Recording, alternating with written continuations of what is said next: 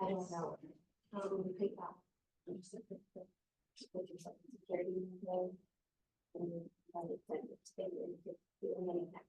Okay. For sure. There's my hand. Well, I mean, if you're on 20, 30, Are we giving out the? yeah. I'm from what you told me. I think of here. Look at my house. Oh, that's. I like I don't know. Yeah. Bring here. I just need to add like a little bit, but and then just like on the side. Right here. Like the little arteries. Yes. Yeah. Oh. No. I'm not done though. Things from the thing. Why are we gonna do something if we're not gonna do it? Yeah, I get you. And then we even put a shell on the bottom, because we're gonna put like, no, we're also gonna put people and trees for like roads. Yeah. So we're gonna put a lighting in the middle.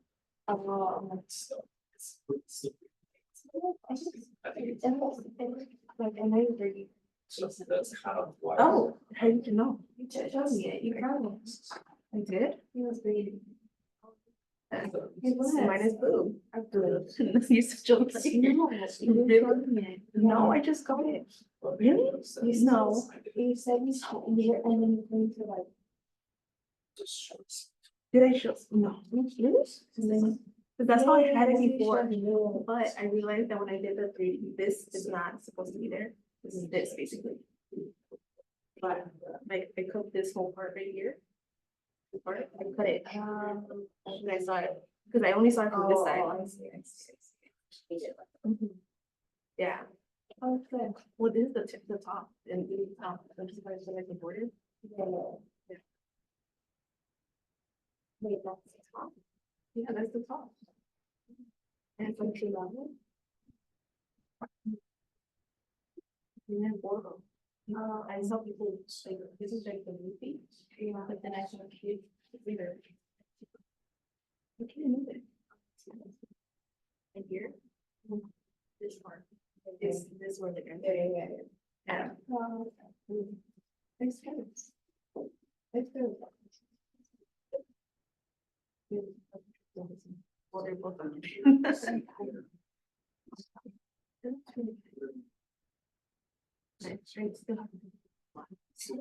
How much I get to?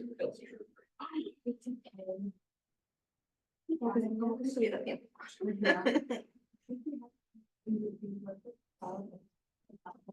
Because I'm going to see it Yeah, like today when I get home, I'm going to do the good stuff to green. Study from a presentation, but I'll study from a presentation tomorrow. After it. Yeah, oh my god. It's-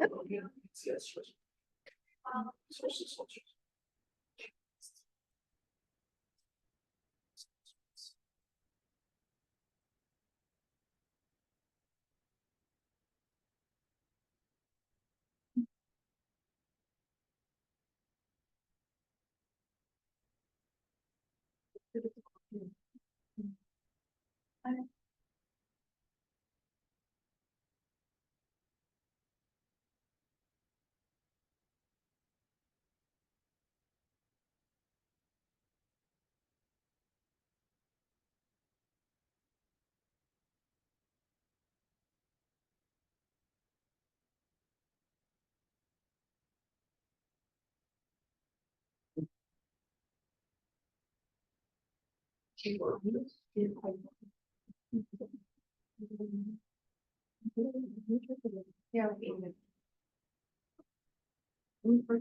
Me too. Then I'll drive this way.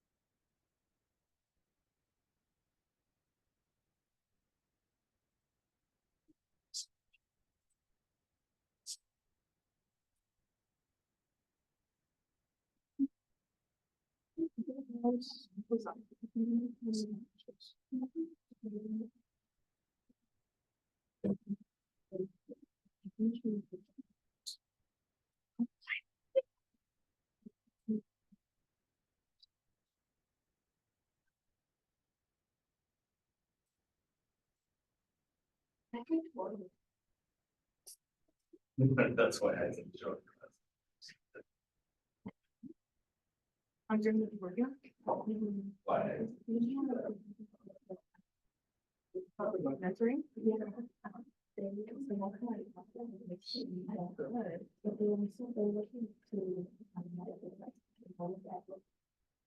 Also, you have to go to the other ones. But totally weird. Yeah, and then next week, next Thursday. I think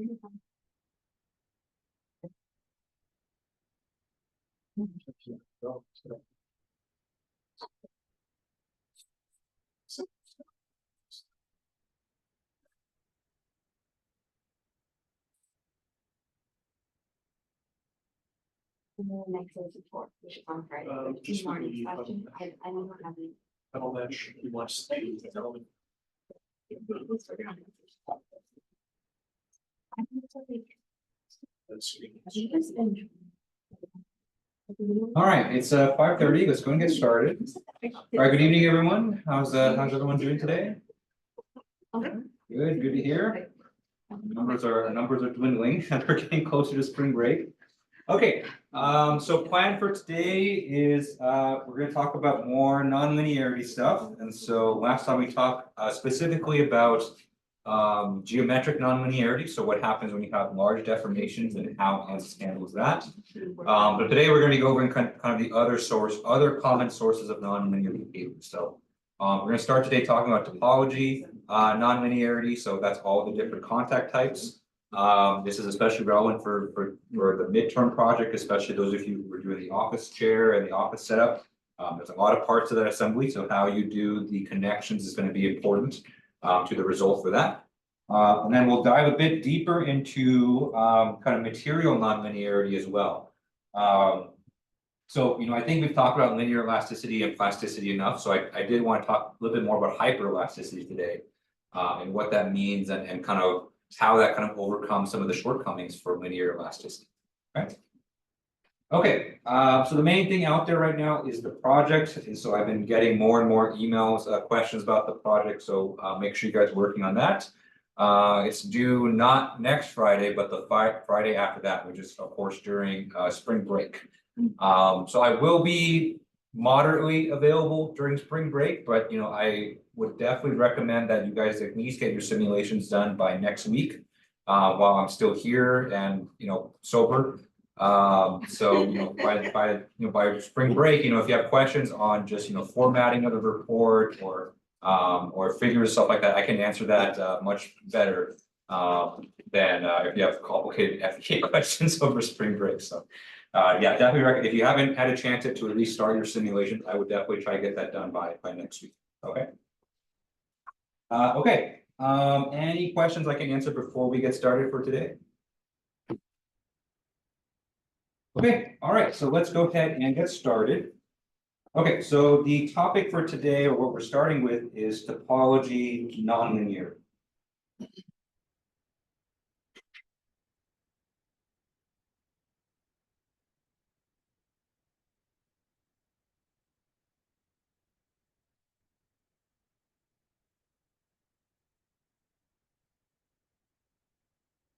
Okay.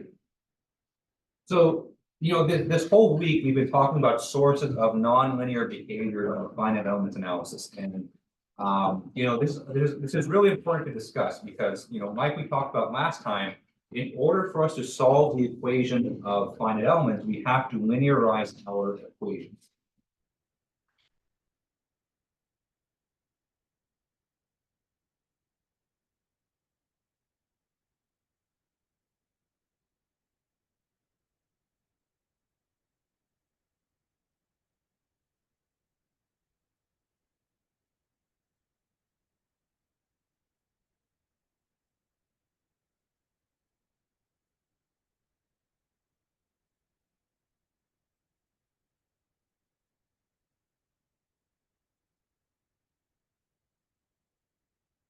And so that linearization happens across multiple different levels. And so there's linearization of the equations, linearization of the linear solver, linearization of the constraints and the context we're going to talk about today, linearization of the material. But we have to transform everything into a linear equation because that's just how kind of the method works. Okay.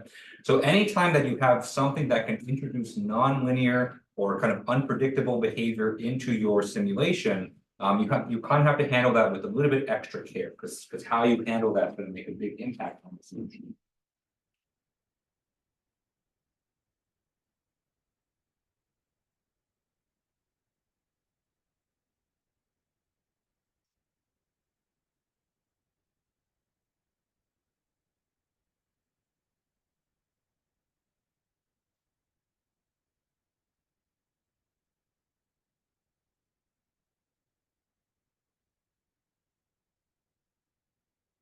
Okay. So let's talk about topology nonlinearity. So when I talk about topology nonlinearity, I'm talking specifically about the interaction of different parts in an assembly of different parts.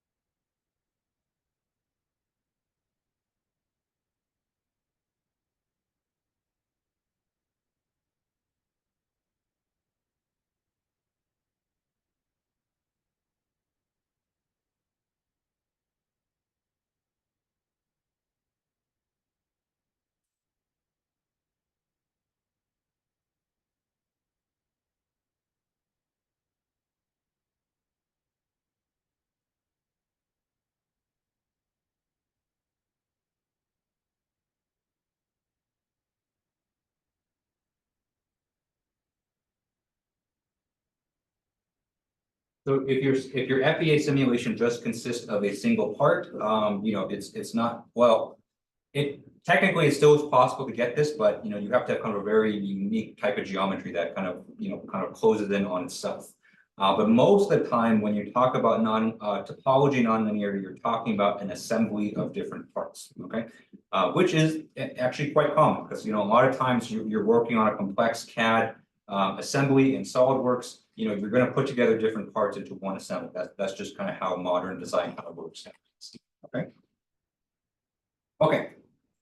And so, of course, if you have different parts or multiple different parts in an assembly, a big part of how your FEA is going to go is how you define the contact between those different parts. And that's specifically what topology nonlinearity refers to.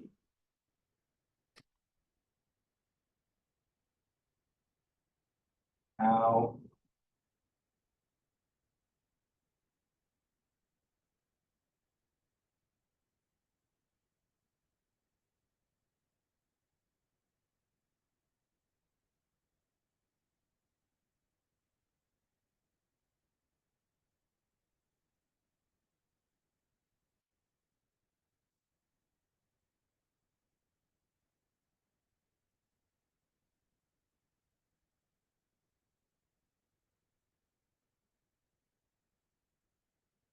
Okay, so let me draw you a very simple example here. So let's draw kind of two rods that are kind of supporting each other and supporting load. So we have part like this. Okay, so this is what we'll say is kind of pinned to the ground. The other part maybe like this. So pinned to the ground. Okay. So two rods kind of supporting each other just like that. Okay. Just to kind of make this a bit more interesting, let's apply a load. So we'll say we have a load that is applied on top, that's kind of pushing down on the structure. Okay. And now the point of interest is going to be this section here where the two parts make contact.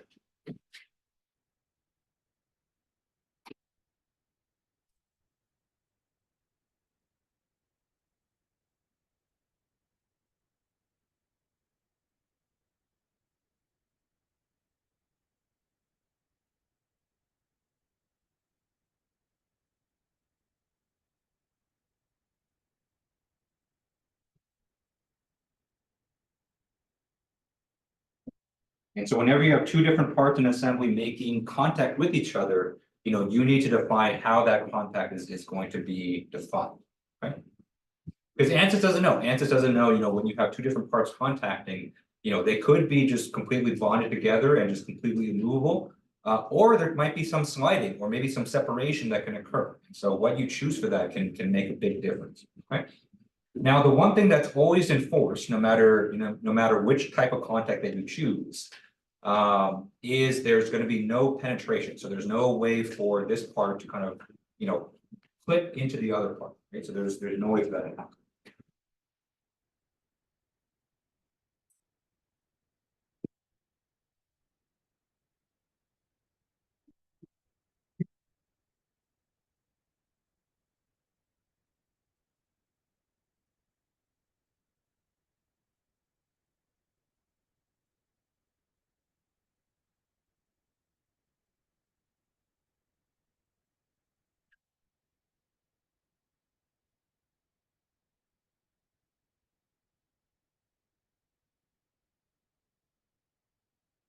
Okay. But there are some things that can occur like sliding. You could have frictional sliding, and so that's kind of an interesting perspective too. Or you can have separation as well.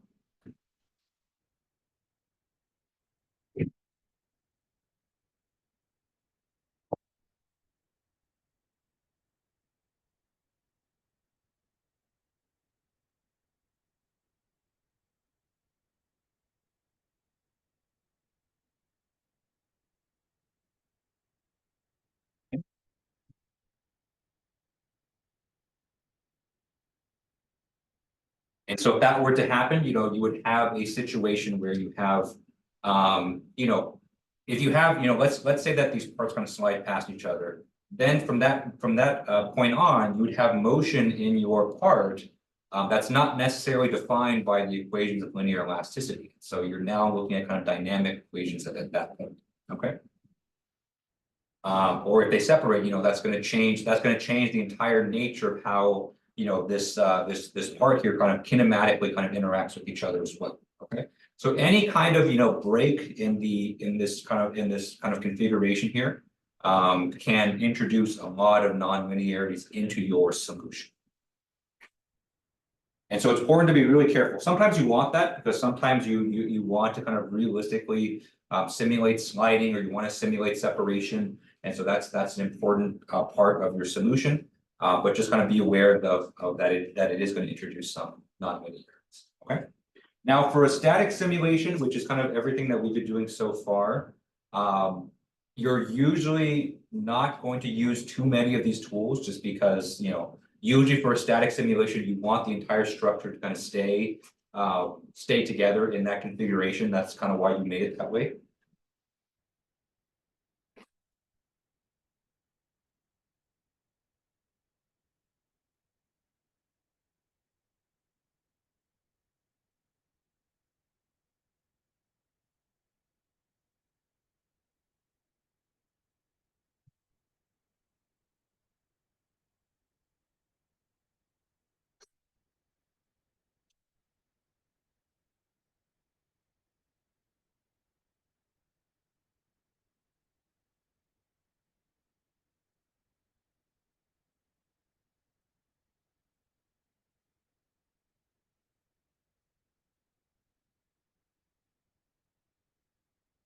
So in most cases in this class, unless you're doing a dynamic simulation, you're gonna be using bonded supports. That's kind of what we've been doing up until this point in this class is we've been using all bonded supports. Because if you start to allow things like sliding, or you start to allow things like separation into your model, then that's going to change the topology. It's going to change the geometry of your simulation, and that can change things pretty rapidly. So remember last week, one of the kind of the challenges of when you have large deformations, it changes the nature in which your force, which originally you put in the y direction. If your part here, or if your geometry is going to be deforming largely, it's no longer going to be applied in the y direction because you have such large deformations. Same thing here as well. So if you have kind of significant changes to your topology, it may change the nature in terms of how your boundary conditions are applied.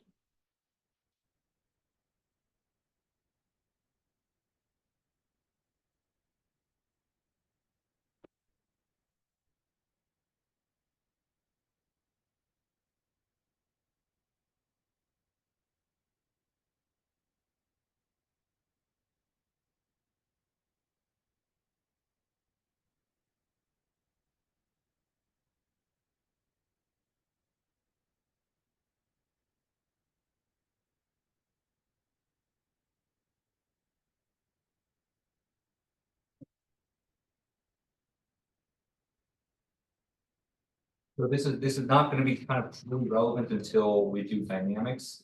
So dynamic simulations is activity 5. So that's the activity I kind of originally had planned for this week. So some of the stuff here may not be as relevant yet, but you can kind of look forward to it to our activity for next week. Okay, so next thing I'm going to do is I'm going to go through the 5 most common contact types in ANSYS, and we'll talk about which kind of what each of them kind of mean, what kind of conditions they set on your geometry, and talk a little bit about some of the context that where you might use one over the other. Okay. Any questions on this so far? Okay, so let's go over the different types of contacts within ANSYS.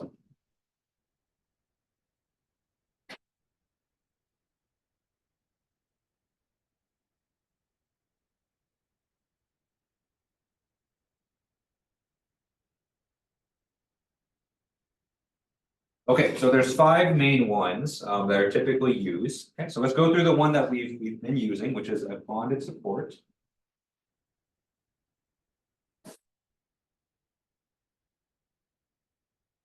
So this is probably the most common one. It's also the most stable.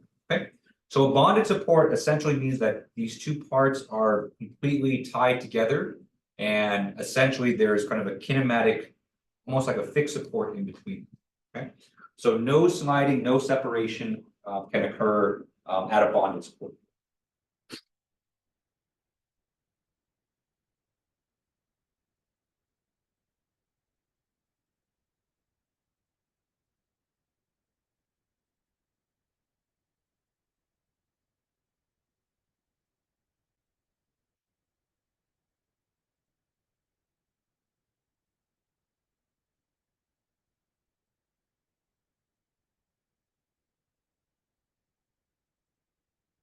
And so another way of kind of expressing this is that the motion of the two parts at that intersection, at the part where they connect, are completely coupled together. So there's the same deformation, same rotation, same everything.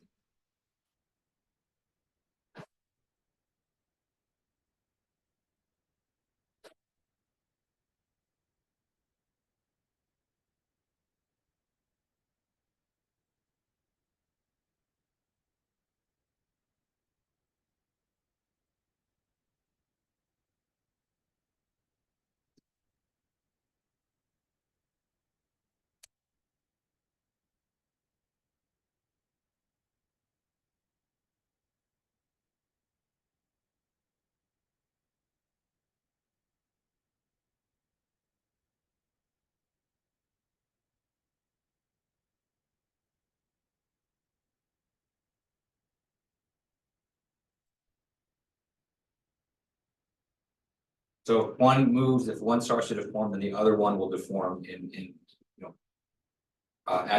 turn, right at that right at that intersection. Okay. Now, mathematically, this is very simple because the way this works is that, when you lay the mesh of one part over the other one, you basically merge together all of the nodes that are in contact with each other. And in fact, this affects the way that you mesh it as well. So when you mesh it, you basically assume, or you basically kind of make it so that, those elements and nodes kind of overlap perfectly over each other at that bond.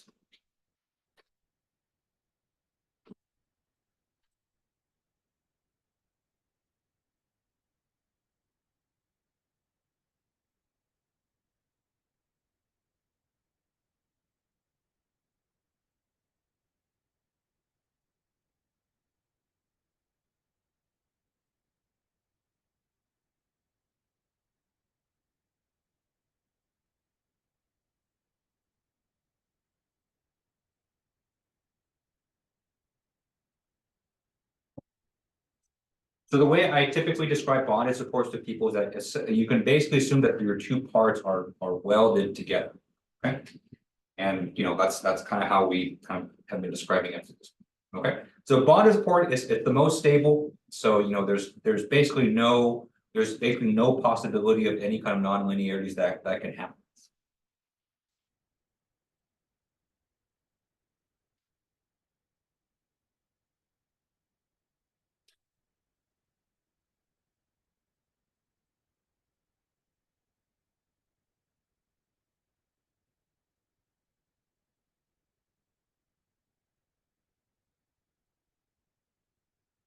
Okay.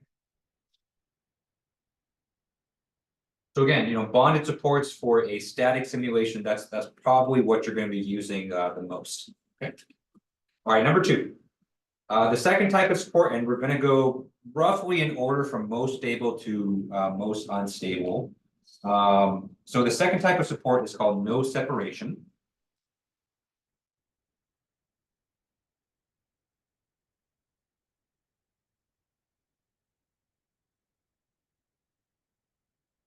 So just like the name implies, no separation does not allow the two parts to separate from one another.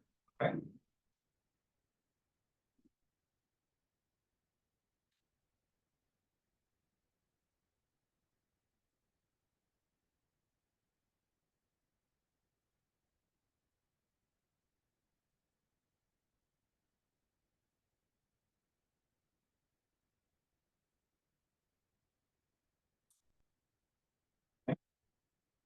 So they're still going to be kind of coupled together. So one way that you can kind of say this is that a constraining force is applied in the normal direction, in the perpendicular direction, okay, to make sure that they don't separate. But the parts are allowed to slide past each other, but the amount of sliding is minimal.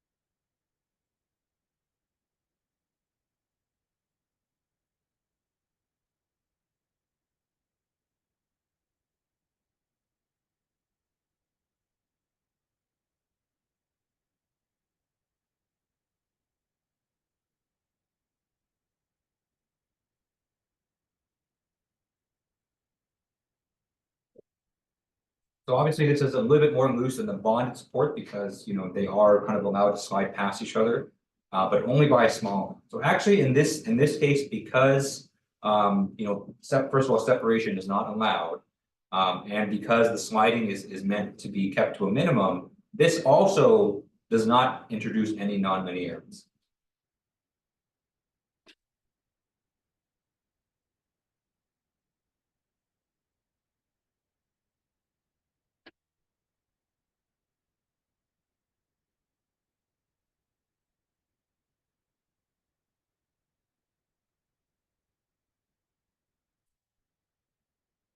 Okay, so what are some situations where you would use a no separation support versus a bond support? Right. So the most kind of important kind of consequence of using a no separation support is that it relieves some shearing stresses at the point of contact between the parts.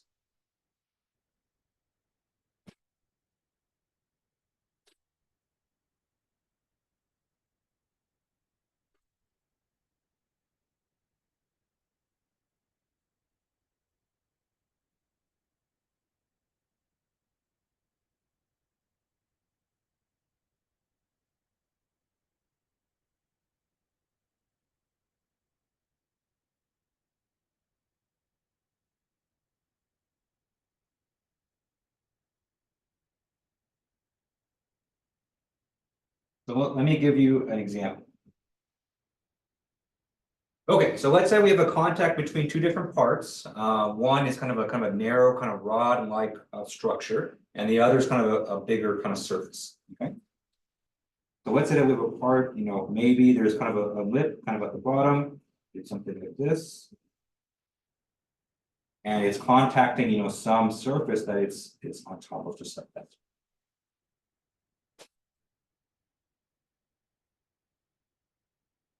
Actually, let me do this. A bit more realistic. So let's say that this part here is kind of in its own little kind of groove. So let's say there's kind of a pocket or a sheath around this this part that looks like that. Okay. All right, and so we're going to look at two different cases for where, let's say we apply a bonded support. Okay. So let's say that this part is only making contact right at this kind of intersection right here. Okay. So let's say that the channel that this part is sitting in is a little bit bigger, so there's a little bit of wiggle room. Okay. And the part that actually kind of makes contact is just that bottom part right there. All right, so let's assume that we apply a force, and so let's say we apply a force kind of in a oblique direction like this. Okay.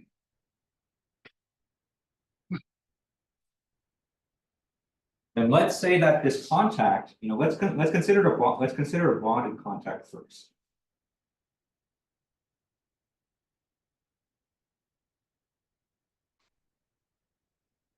Okay, so if that part there was bonded right at that kind of bottom surface, then those two parts are not allowed to separate and they're not allowed to slide past each other at all. Okay, so basically in a bonded support, all of the reaction force, right? Because this part here is going to be required to maintain static equilibrium, all of the reaction force applied from that load is going to be taken on by that bonded support. You're going to have a very high stress concentration at that bonded support, a significant portion of which is going to be shearing stresses.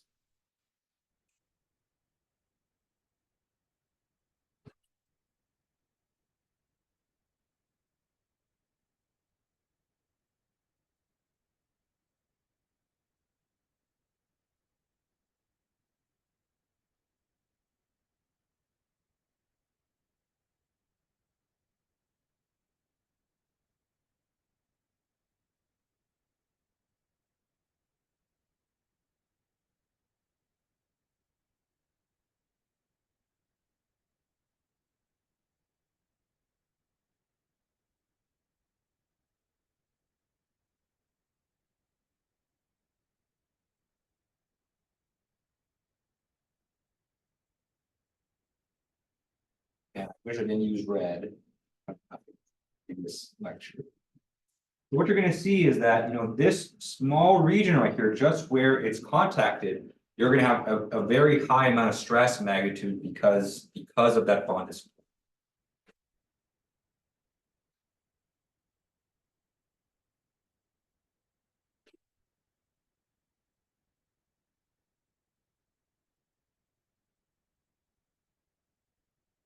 Which, is not unrealistic, right? And so if you apply a large load in a situation like that, overall you expect a large amount of reaction forces to maintain static equilibrium. But probably you don't expect all of that reaction force to just be in that kind of small area, right? Now let's look at the same situation, but instead of a bonded support, we change it to a no separation support. We have kind of our part here again, sitting in its tiny little channel. Like a Hershey's Kiss. Okay. Where again, the contact region is kind of right here. And so if we instead, oops, went rogue. Okay, so if instead we change the support type here to no separation,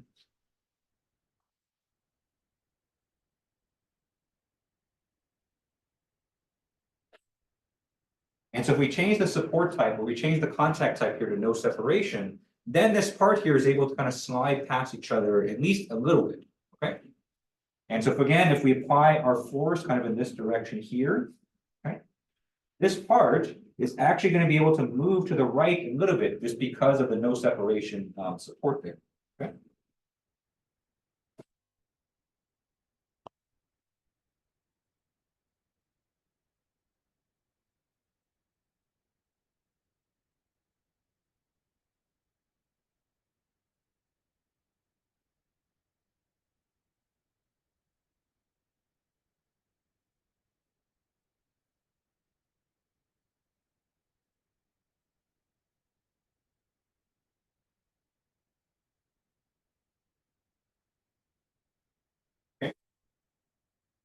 And so when that part moves to the right, then you're going to have contact with that kind of base to the right as well. Okay. So now you're going to have contact kind of all around this region right here.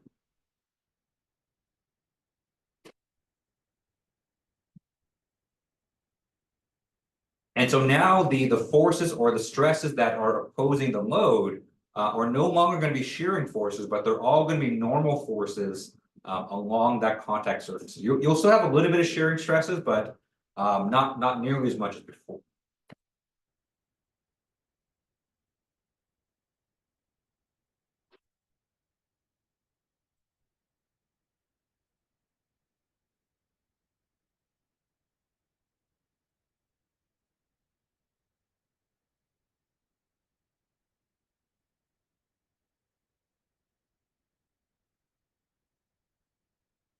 And sometimes that can make a big difference because there's a lot of engineering materials out there that are very sensitive to shear. And so if you apply a bonded support, you may get maybe a lower factor of safety than it probably actually is. Because your shearing forces in that case will be kind of overestimated. And that's purely just a result of the contact that you supply. Okay. So this would be a good example where applying a no separation support might be a better idea than a bonded. Okay. And so that's the main thing. It helps relieve some shearing stresses, between the parts. Okay. Any questions on this so far? Okay. All right. So those are the two stable supports. So both in a bonded support and a no separation support, it's still very much linear. So it doesn't introduce any kind of bad stuff. Okay. The third type of support that we have is called a rough support.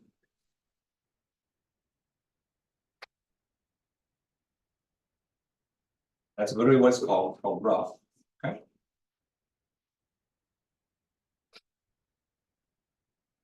Okay, so a rough support you can kind of consider to be kind of the opposite of no separation. So under a rough support, separation is actually allowed.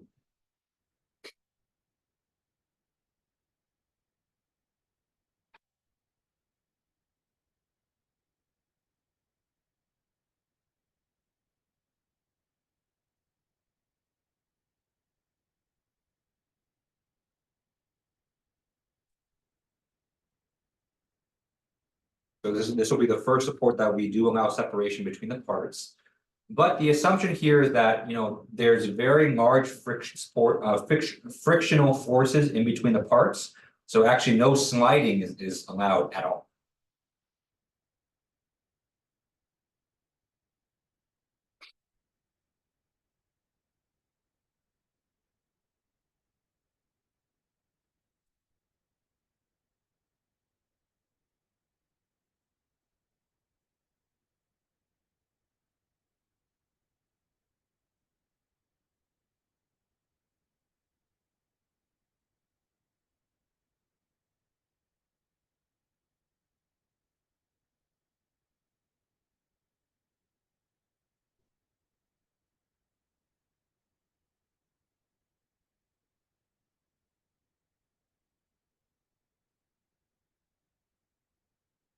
So rough support allows separation, but no sliding.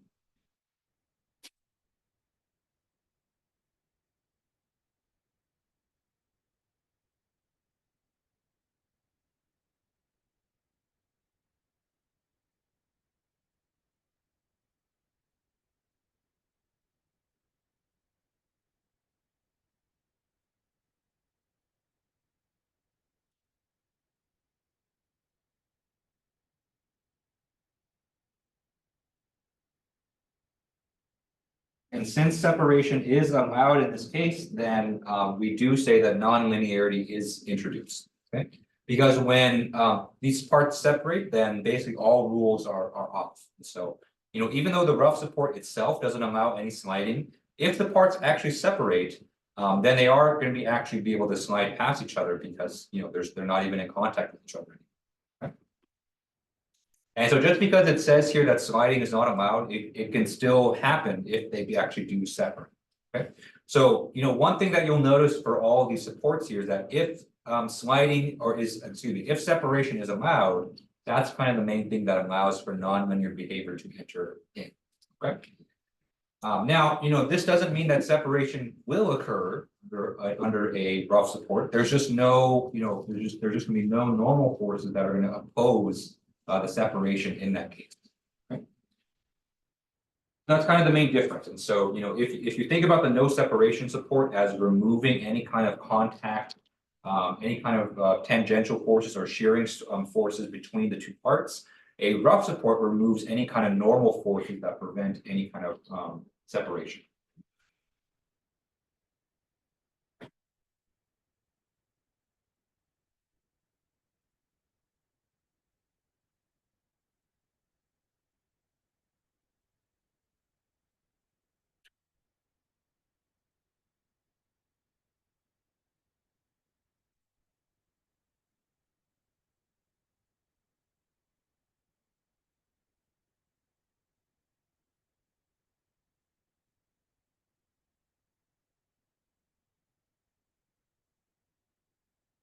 And so again, though there are some situations where you might want this to occur.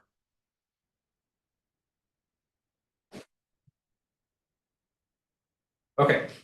Any questions on the rough support? Okay.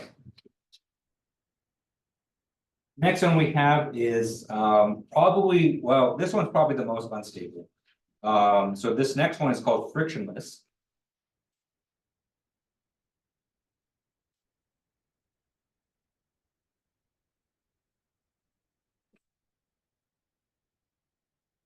So frictionless supports allow for both sliding and separation.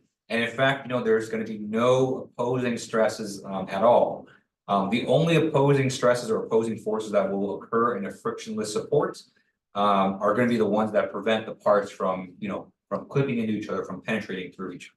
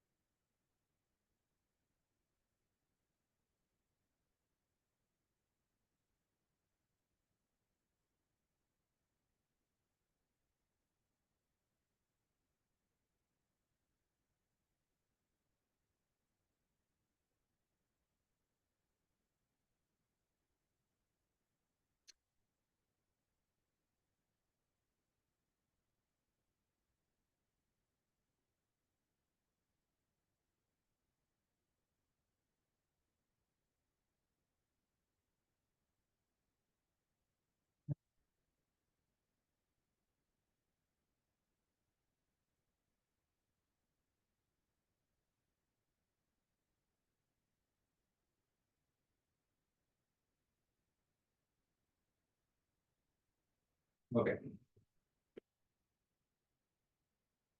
So, we're starting to get into the territory of, you're probably not going to use these supports for a static simulation. Because, unless you kind of really know what you're doing, if you have a frictionless contact in a static simulation, you're probably going to end up with a rigid body motion to some degree. Okay.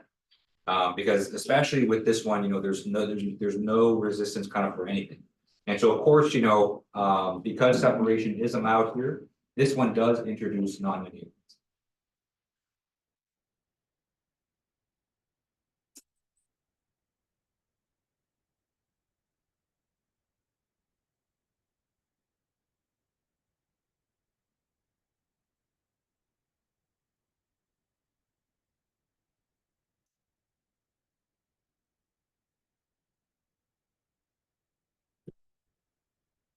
Okay, and so the last type of support that we have, actually a little bit more stable than this, is a frictional support.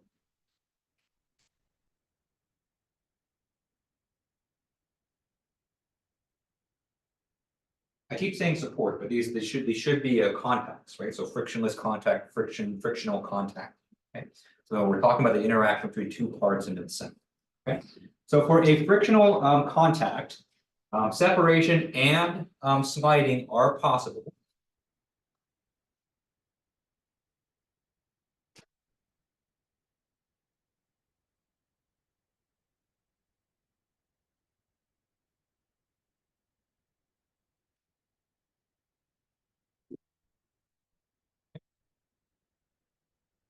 But there is actually going to be a resisting force to the slide. Okay, so separation can occur, without any resistance in a frictional support or frictional contact. Excuse me.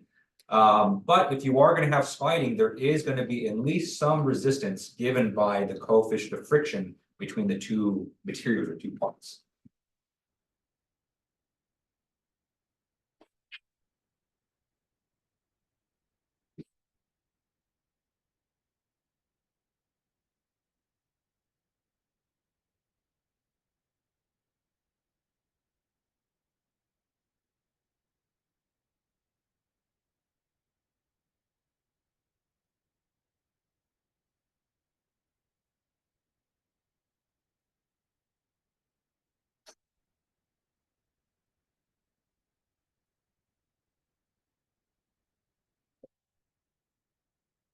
So this would be a case, this would be probably a little bit more of a realistic case, unless they're simulating like a literal ball bearing with no friction at all, or very little friction. And so if you have any kind of sliding parts, again, this is mostly used in a dynamic simulation. You're probably going to use a frictional contact here. Okay. And so once again, because separation is allowed, this also introduces non-linearities.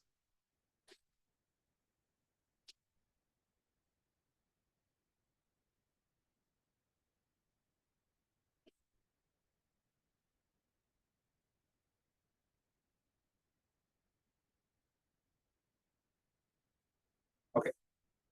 But again, you're probably not using this unless you're doing a a dynamic simulation. So what I probably expect to see in your projects, especially the ones of you doing the office setup, you're probably going to be sticking mostly to bonded supports. You may do no separation. I think there are you can make some cases for certain areas to be no separation, but you should be sticking to kind of the stable supports.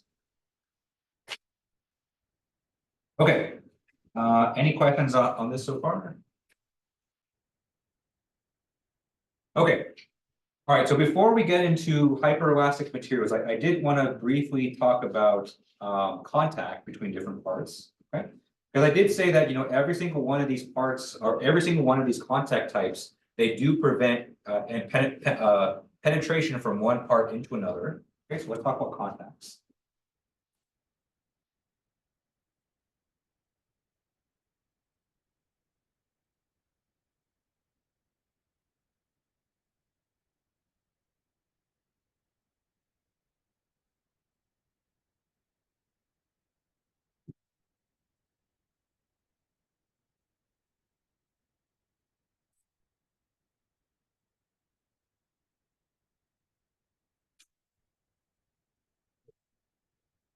So I'll kind of start this discussion by saying that, when you have actually two separate bodies in a finite element simulation and they're going to make contact with each other, this is actually a very difficult problem to solve.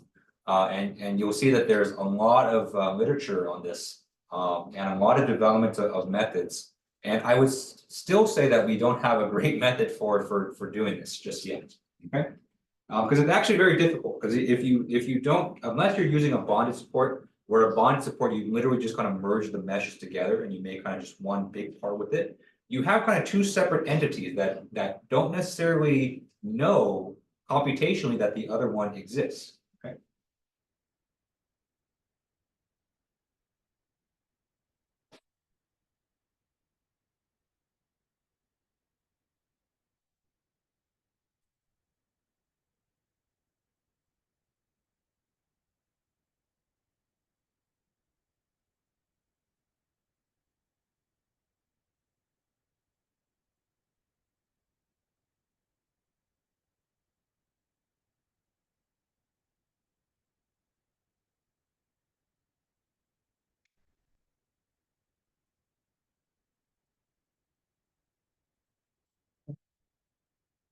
Let me kind of draw an image for you just so that you can kind of see, okay? So let's say that we have kind of a flat surface here. We have the mesh just like this. We have another surface coming in. And we have its mesh. Something like this.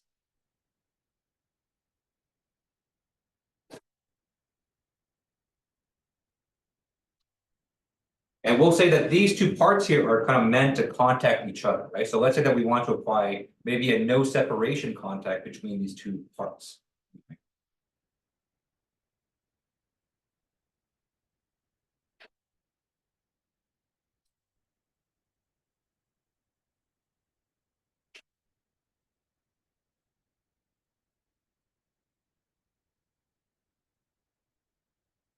Okay, so the two parts are going to make contact, but they're not, it's not a bonded support. So they don't necessarily, their meshes aren't actually going to be merged together. Okay. Let's say that we apply a load in a certain way such that this top part kind of starts to kind of deform downwards. Okay. Okay. So what you're looking at right here, even if these two are part of the same part, so they may not even be different parts in an assembly. These may just be two different parts of the same part that could kind of close in on each other like this. Okay. And so what can happen, because these two meshes are not technically connected together, they don't necessarily know that the other one exists, right? So all this part on top knows that, okay, I have a force that is being applied to me, right? I don't explicitly have any constraints. I don't explicitly have any boundary conditions applied on me besides that force. And so I'm just going to deform downwards in order to kind of maintain kind of stress equilibrium inside just my part. Okay. So let's say we have a downward force being applied above, okay, the top part.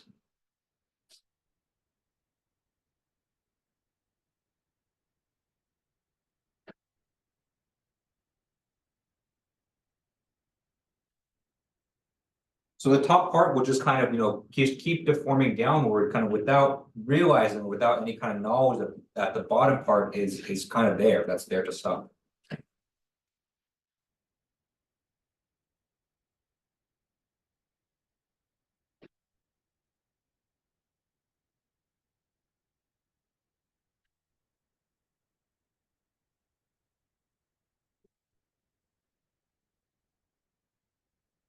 And that's because the meshes for these parts are not kind of explicitly connected to each other, right? And so if their meshes were connected, then yeah, then there's knowledge because they're physically connected by their mesh. But since their meshes are disconnected, probably in total these meshes are connected, but you probably have to go a long path to get there. But because they're not connected directly at that location, there's just no way for that part to really know that it's going to be contacted the other way.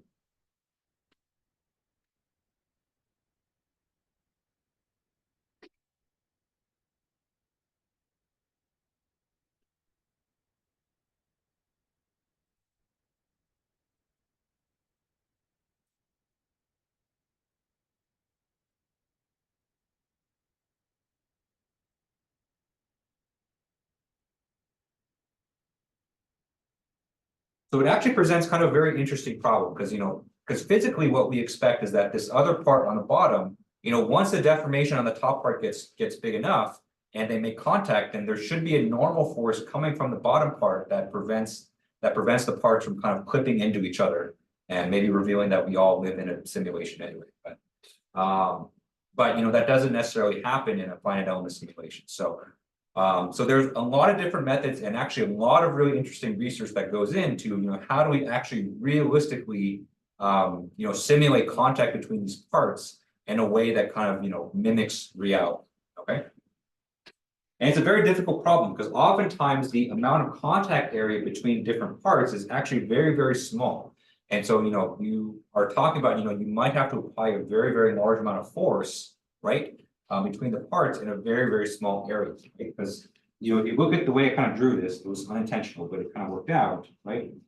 The first place where it's going to contact is actually kind of this small area kind of right here, right? And And so you're talking about potentially, maybe adding a very large reactant force on that very small area, which may present a lot of kind of numerical challenges as well. Okay. So there's a lot of different ways that ANSYS actually enforces kind of this no penetration. Okay. The notes actually go through the notes actually go through kind of quite a few different methods, but I'm going to go over kind of, I think, the one that's most interesting. So the most interesting one, or the one that's used most commonly, and this is the one that's applied specifically in a bond support and a no separation support, is what's called MPC, which is called multi-point constraint.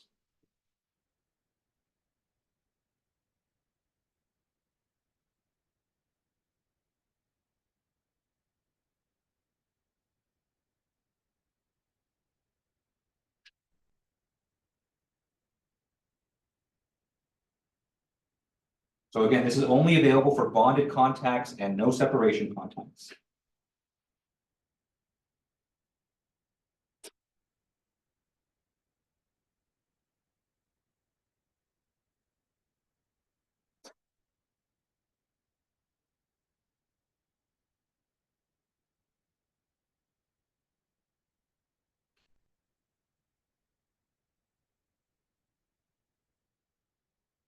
So the way this kind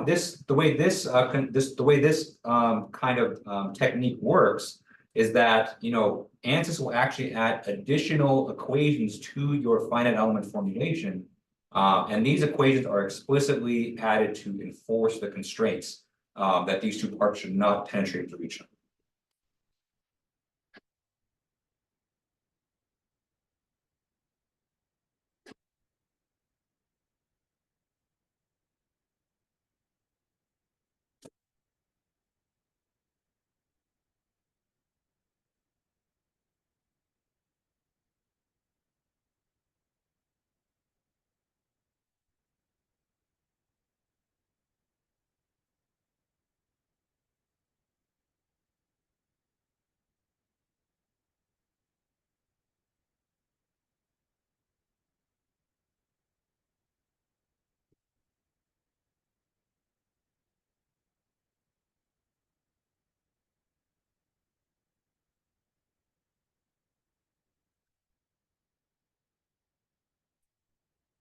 And so kind of the, I would love to get into kind of the details of this board because it's fascinating, but the nature of the equations is actually really interesting because, notice how I said these are additional constraint equations, right?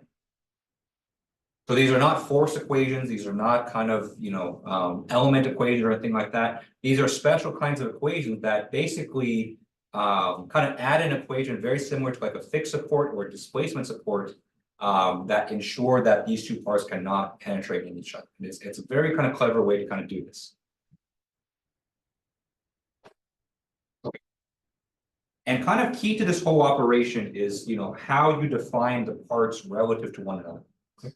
And so if you remember from activity, probably mostly from activity 4, right? When you define the contact between two different parts, you have to specify one part as the contact, the other part as the target, right?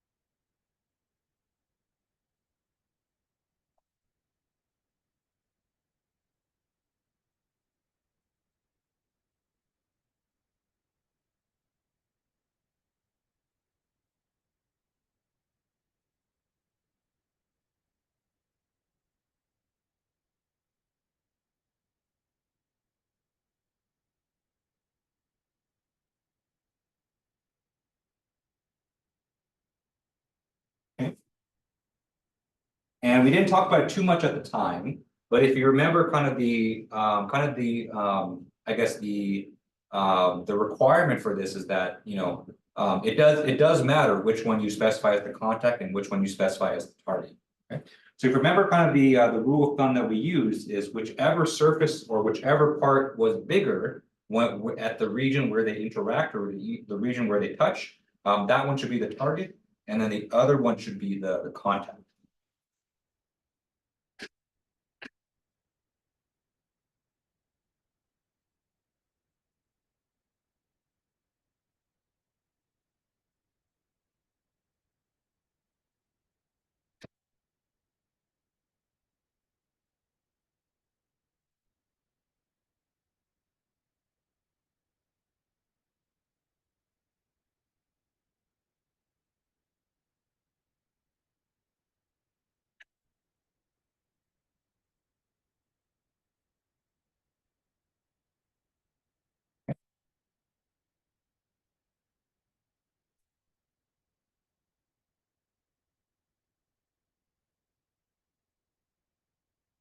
Okay, and then, I at the time I told you that, we'll talk a bit later about kind of why this is important, and well, this is the time for us to kind of talk about it, okay? So it's most obvious when you're talking about the MPC type of supports, but this is true for the other supports as well, is that then basically all of the contacts, the way they work is they add additional equations to your FEA formulation to enforce no penetration, okay? So MPC does it in a way that kind of enforces kind of true non-penetration. That's the way I kind of describe it, by adding constraint equations. But all the other methods like the penalty method, the Lagrange method, they all kind of add equations. Okay. So the nature of the equations that are added, they depend on which one is the contact and the target. And the way to kind of think about it is, ANSYS will check. The way ANSYS kind of checks for penetration during a simulation is that it's going to check if any portions of the contact, if they are penetrating into the target region, then it's going to apply a correction.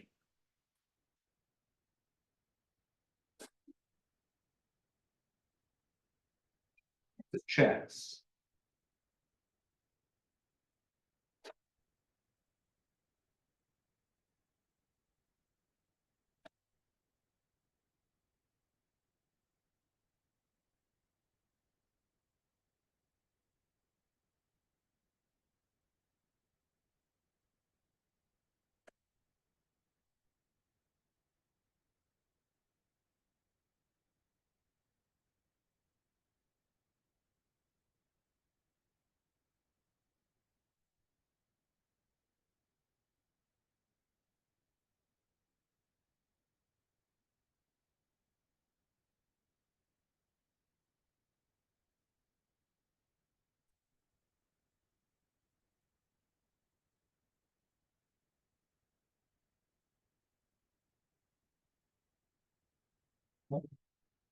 And so it doesn't do it the other way around. So it doesn't check if the target penetrates into the contact. It checks if the contact penetrates into the target, which, at this point, might seem like semantics, but, mathematically, it does kind of make a difference because it limits the amount of nodes that it has to check.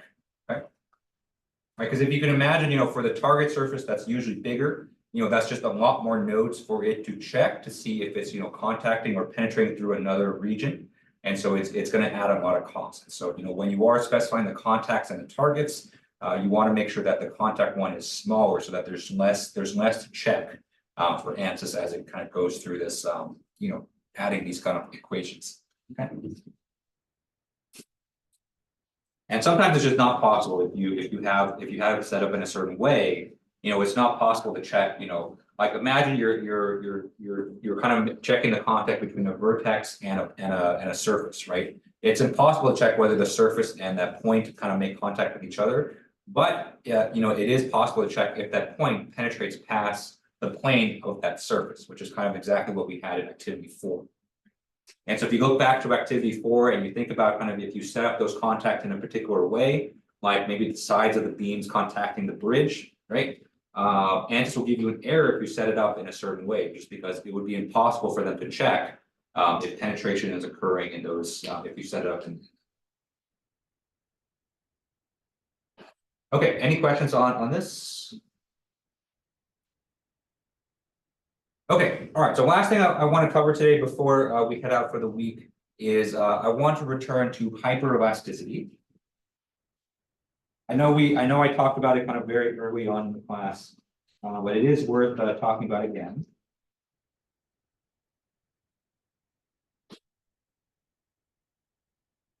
So hyperelasticity is probably the most common form for you to have nonlinear material behavior, or in other words, a nonlinear relationship between stress and strain.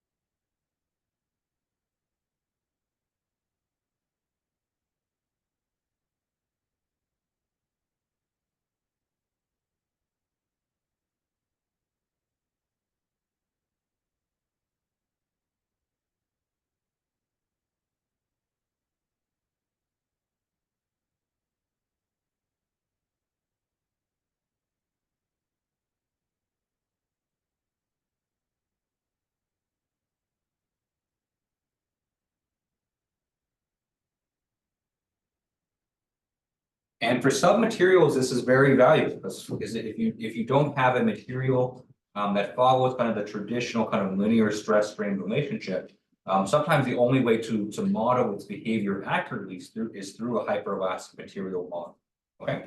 In particular, there's actually one very big weakness to, I think, kind of the traditional linear elasticity and plastic elastic behavior.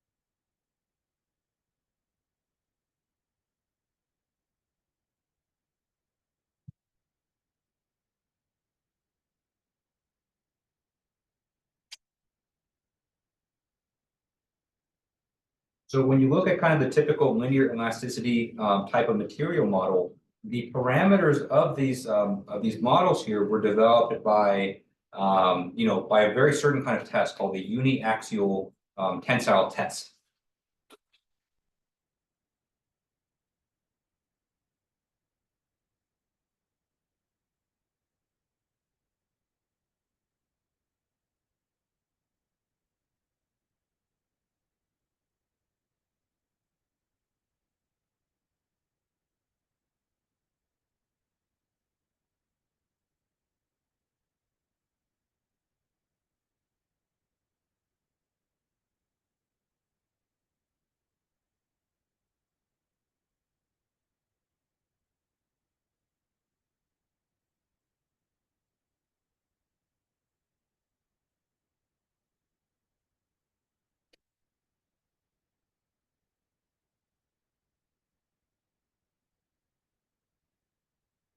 So what this basically means that, to develop the Young's modulus or to determine the value of the Young's modulus, your material, usually you'll get a test strip of the material like this, and you put it into a machine that applies a tensile force in one direction, okay? Okay. And the way the Young's modulus is determined is that the machine will steadily or slowly kind of ramp up the tensile force, and then the amount of deformation is observed, in relation to how the tensile force is increased.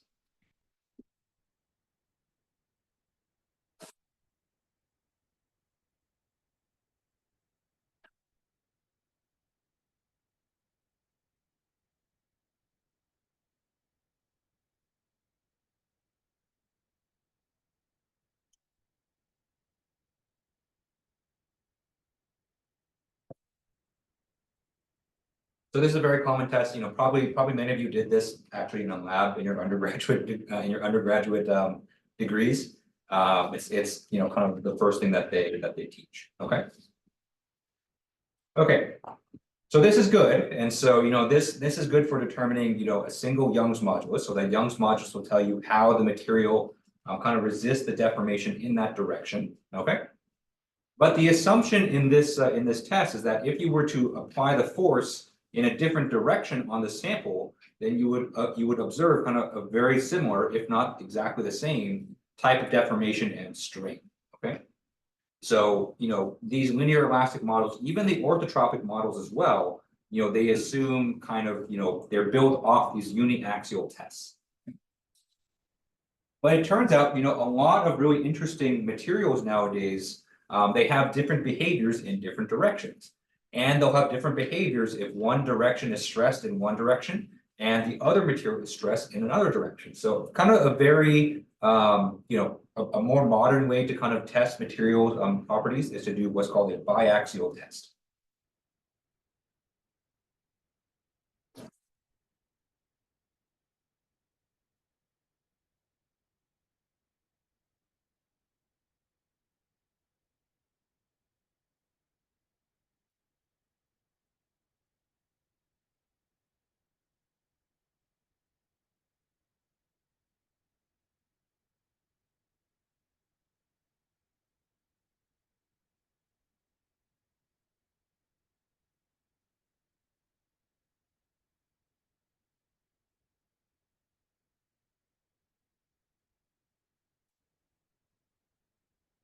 We have kind of a slice of material or a sample of material, and you actually load it in two different directions at the same time. We have T1 in the horizontal direction, and maybe you have T2 in the vertical direction. Okay. And that's not the only test that's used nowadays too. So there's shear testing, there's volumetric, expansion testing. So there's, the technology of material testing has really vastly improved, over the last dozen years or so. Okay. And so this has kind of led to kind of almost like a renaissance of different types of material models. Because if you observe the behavior of your sample under such a biaxial test like this, there's probably only a small amount of materials where their deformation or their behavior is still consistent with the uniaxial test. Okay?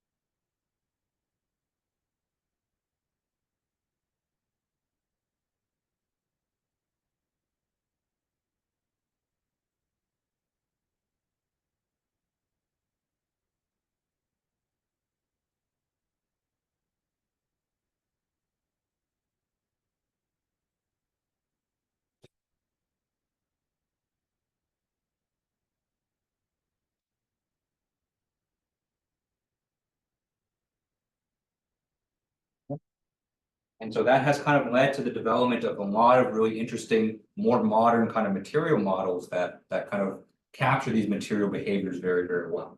Okay. So there's a lot of really interesting work in this field. So hyperelasticity is one form of this. Viscoelasticity is another really kind of very fascinating kind of realm of material behavior. So those are materials that have kind of, some deformation properties that are similar to a solid and some deformation properties that are similar to a fluid, hence the name kind of viscoelasticity. Very fascinating. But we're going to focus on hyperelasticity.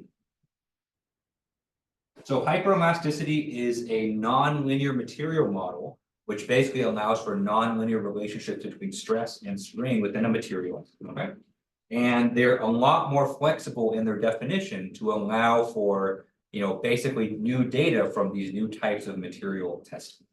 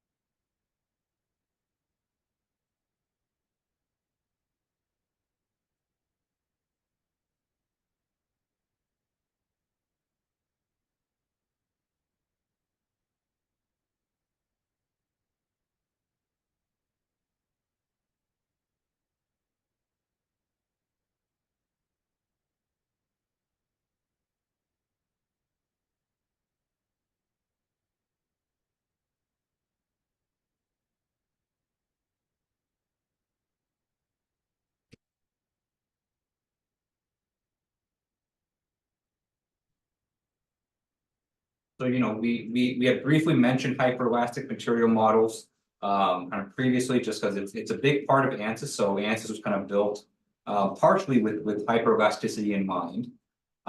We don't utilize it a lot in this class just because there's just so much other stuff to go over. But it is, if you do kind of finite element analysis with any kind of interesting material out there in the wild, you're probably going to use some kind of hyperelastic model to some degree. Okay. Okay, and so the main way that it works is that instead of having an explicit kind of stress-strain relationship like you do in linear elasticity, you instead have something what's called a strain energy function.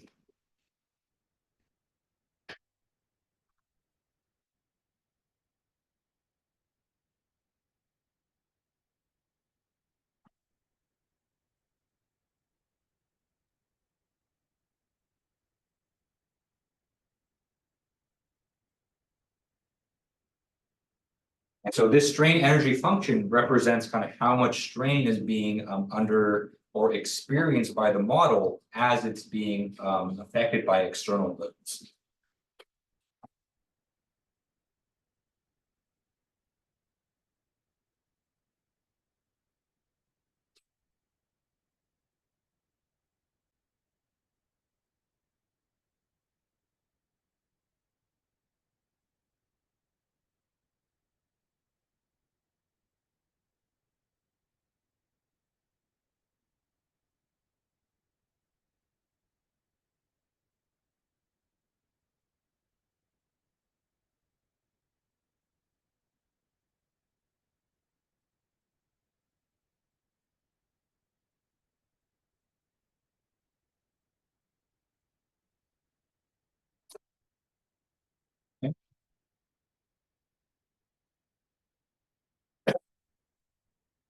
And so the important part of the strain energy function is that when you apply a load to a structure that's utilizing a hyperelastic material model, the way that it chooses the deformation state or the way that it chooses the final strain state, it chooses it in a way that will minimize the strain energy function as much as possible. Because this, you can think of the strain energy function as like a potential energy for the system. And if you know anything about potential energy, is that real life, we typically try to find the minimums of whatever potential energy that you're trying to achieve.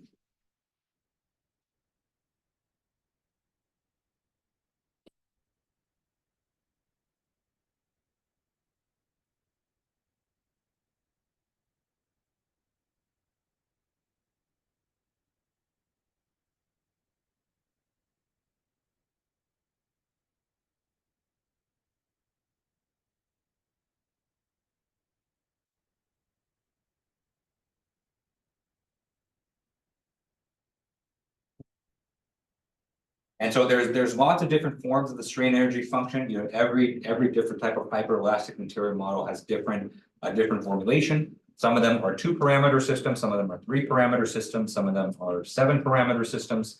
It kind of depends on how much detail you want from hyperelastic material models. Okay. I think the main barrier of entry for hyperelastic material models is that oftentimes these parameters that you choose for the hyperelastic model don't really have a physical significance. I think just, linear elasticity has been part of our kind of lexicon, has been part of our understanding for such a long time that people have a strong understanding. They have a strong intuition in terms of what the Young's modulus for this material represents, what the density represents, what the Poisson ratio represents. But for hyperelasticity, there's a much higher barrier of entry because those parameters don't necessarily have that, physical intuition. Okay. You still determine those parameters. So those parameters are still determined based on some experimental data. So based on biaxial testing, shear testing, uniaxial testing, things like that. But if you were to ask, what does the third parameter of the Mooney-Rivlin model mean physically? I think only maybe a very small percentage of people will be able to tell you that. Whereas, if you ask, just anyone with a bachelor's in mechanical engineering, what does the Young's modulus of a material represent? Most likely, the majority of people will be able to tell you that.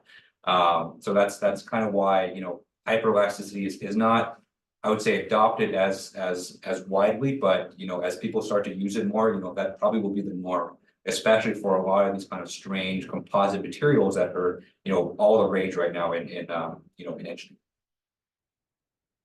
All right, any final questions before we wrap it up for the week? Okay, all right, so that's all we got time for this week, so thank you guys for coming. Next week, we are gonna do our activity, so that's gonna be the last thing we do before the spring break. So Tuesday, we have just a quick lecture in terms of dynamic simulations, just to kind of prep you for that. And then Thursday, we'll actually run the activity. Okay, so thank you guys for coming this week. I hope you guys have a good rest of your day or rest of your weekend, and I will see you guys on Tuesday. And if you have any quick questions about your project, if you have it here, I'll stick around for a bit. You guys can ask, but you know, I think we do, there's another class coming in, so I don't think we can stay too.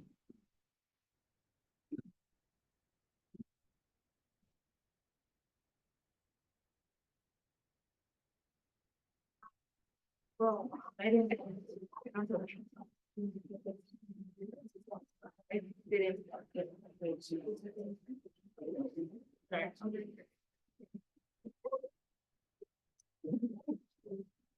Okay.